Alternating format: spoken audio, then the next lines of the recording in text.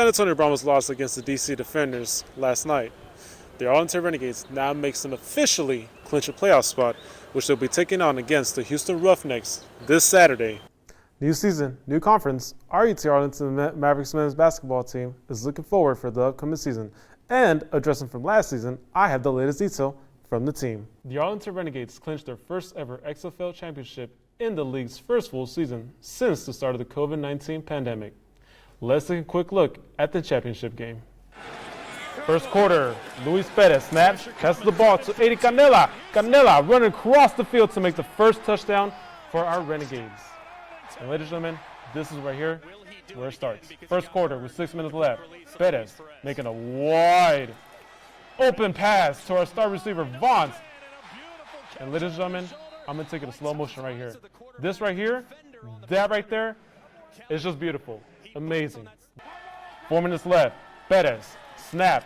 Letty Brown runs the ball and somehow makes it across to the end zone. I'm not going to say this, but this offense has been magical, y'all. I don't know how he made it in, but he for sure got it in. Fourth quarter, 13 minutes left. Jordan snaps the ball, and Brandon Rusak picks it off and runs it, still on his feet, breaking tackles, and gets tackled at the 23 DC yard line. With only 1 minute left, Jordan snaps, passes to the middle, and tipped. LeBlanc intercepted the ball. And that, ladies and gentlemen, that will be the end of the final play of the championship game. Renegades, 35, DC Defenders, 26. This defense has been amazing, y'all. I don't know about y'all, but it's been amazing. Anyways, well, folks, that was an incredible game.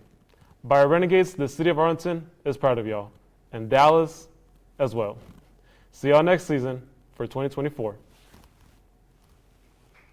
I think Luka will be him. He is him. That's all I know. And not just that for the MVP. I mean, also respect to Joker, for winning, back-to-back MVPs. But for me, I love my Mavericks. I love Luka so much. And I believe, not just Luka, but I believe the team will win the championship this year. Week 6 of the XFL first season. The Arlington Renegades facing off the San Antonio Brahmas back-to-back. But sadly, this time, the Brahmas won, scoring 18-9. Making it hard on ourselves offensively. Had no rhythm in the first half. Found some rhythm in the second half, had some momentum, and then we had all these penalties left and right. Renegades offense was still struggling to find their rhythm and keep it consistently. However, in the second half of the game, the comeback could have happened. Unfortunately, it was too little, too late. But wide receiver Luwan Winningham, who possibly made catch of the season, here what quarterback Drew Litton said. Half count, trying to time it with the safeties. So kind of had a changed route from the get-go, and he just made a great play. Sometimes you get lucky, and he made a great play, so just let my playmakers play, and that's what it was. Now let's hear it on the defensive side of the game. At the same time, we hold ourselves to a high standard. Anytime the offense may turn the ball over, it's just another opportunity for us to go out and make a play. So we have so many great defense players on the side of the field, and we love to play. So it's just another opportunity to go out and get a sudden change and get a stop. So can the Arlington Renegades make it to the playoffs within these last 4 games? Can the offense pull their weight and find their true identity? And as long the defense putting the D on the defense, then just maybe, there's hope for the Renegades. I'm Juan Rico for UT News. New season for our UT men's basketball team is almost here. But first things first, here's what assistant head coach Johnson had to say about last season to reflect on what happened. Experience, we had, we knew that one of our deals last year was going to be our depth. We knew that would affect us, and I think when Pedro went down at Oral Roberts, that kind of changed things a little bit, and we had to make adjustments on the fly. And our guys fought for us, and we just we came up short in some games, and but our guys competed for us. When Pedro was out for the rest of the season, the team had to go take on a different approach. Graduate student athlete Pedro Castro shared his story. Well, good. It was a long process for me. I was out about 10 months. I had to get rods and screws placed in my back.